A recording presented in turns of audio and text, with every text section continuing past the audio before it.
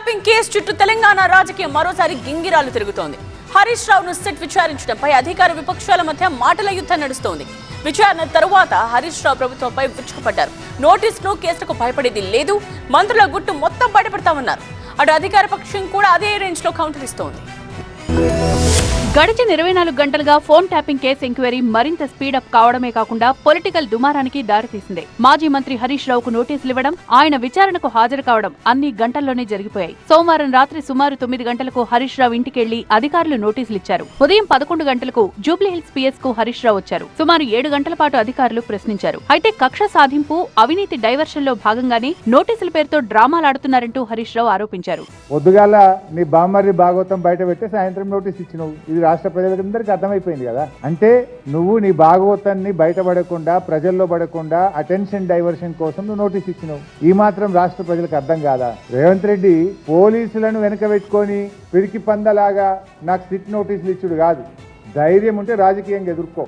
కమాన్, మాట్లాడదాం, ఏడగొట్టాడదామో కొట్లాడదాం. Phone tapping కేసులో చట్టం తన పని తాను చేస్తుంటే బీఆర్ఎస్ నేతలు తమ ప్రభుత్వాన్ని నిందించడం ఏంటని కాంగ్రెస్ నేతలు ప్రశ్నిస్తున్నారు. చట్టం తన పని తాను చేసుకుంటది. వారు ప్రభుత్వంలో 10 సంవత్సరాలు మేమే రాజులం, మేమే మంత్రులం, మాకెవరు ఎదురు లేరని చేసి పాపాలు చేసి కమిషన్ల మీద కకృతిపడి ఇష్టానుసారంగా ఈ రాష్ట్రాన్ని దోసుకొని లూటీ చేస్తే ఒక్కొక్కటి బయటకు వస్తుంటే ఏం చెప్పలేని పరిస్థితి లోపల మా ప్రభుత్వం మీద, మా ముఖ్యమంత్రి మీద బురద జల్లుతుంది. కాబట్టి తప్ప ఎక్కడ కూడా వాళ్ళకి అవకాశం లేదు. ఫోన్ ట్యాపింగ్ దోషులు ఎవరో తేల్చాలని డిమాండ్ చేశారు బీజేపీ నేతలు. బీజేపీ నేతల ఫోన్లు కూడా ట్యాపింగ్ చేశారన్నారు. బ్లాక్ మెయిల్ కోసమే రేవంత్ విచారణ నాటకం ఆడుతున్నారని ఆరోపిస్తున్నారు. కాంగ్రెస్ బీఆర్ఎస్ పై ప్రజలకు విశ్వాసం లేదని, ఉత్తుత్తి విచారణ పేరుతో కాలయాపన చేస్తున్నారు అన్నారు. అది కుల్ల ట్యాపింగ్ అయింది, ఎంపీలది అయింది, మంత్రులది అయింది.